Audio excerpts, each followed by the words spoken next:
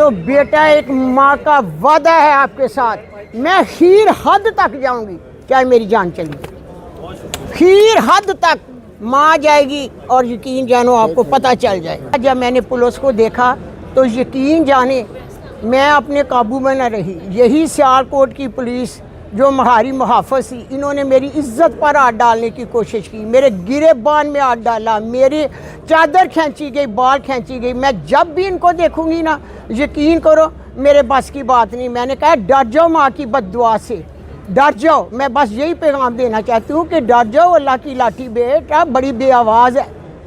तो मैं उम्मीद है कि मुझे ज़रूर इंसाफ मिलेगा।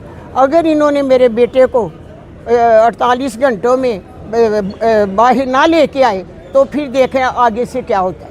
देखो ना, अगर वो मुझे गिरफ्तार करते तो मेरे अपने ज़मीर की आवाज़ थी ना, मैं कहती मैंने इलेक्शन नहीं लड़ा।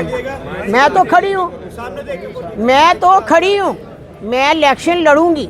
देखिए सर, मेरे बाबा को अगवा करने का मकसद मैंने उस दिन भी कहा था ये कि मेरी दादो इलेक्शन से स्टेप डाउन कर जाएं। मेरा यकीन माने, अगर अभी मेरी दादो ये अनाउंस कर देना कि वो इलेक्शन से स्टेप डाउन कर रही हैं, तो हो सकता है इससे पहले हम घर ना पहुंचे कि मेरे बाबा बाज़ाब होकर बाहर आ जाएं। तो इसमें कोई शक नहीं है कि ये सिर्फ एक टैक्टिक है, एक ब्लैकमेलिंग टैक्टिक है कि वो स्टेप डाउन कर जाए इलेक्शन से।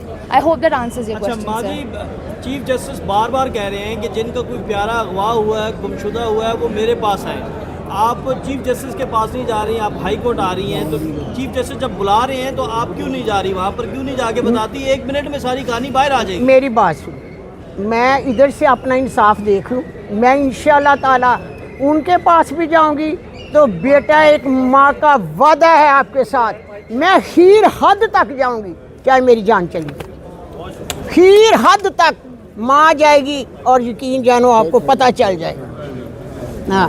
सबसे पहले तो मैं ये कहना चाहती हूँ कि पिछले 1 साल में जो कुछ मेरी फैमिली के साथ हुआ है, चाहे वो 9 में हो, 19 दिसंबर हो या 29 दिसंबर हो, आज तक उस पर कोई इन्वेस्टिगेशन नहीं हुई।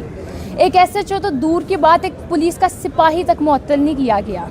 29 दिसंबर की रात को जो DPO सियालकोट हसन इकबाल है, इन्होंने कॉल की लाहौर SP कैंट अवैस शफीक को, जिन्होंने कॉल की SHO दाऊद, SHO असद को, उन्होंने कॉल की अवैस गुज्जर को। इन 5 लोगों ने मिलकर मेरे बाबा को अगवा करने का जॉइंट ऑपरेशन कैरी आउट किया है।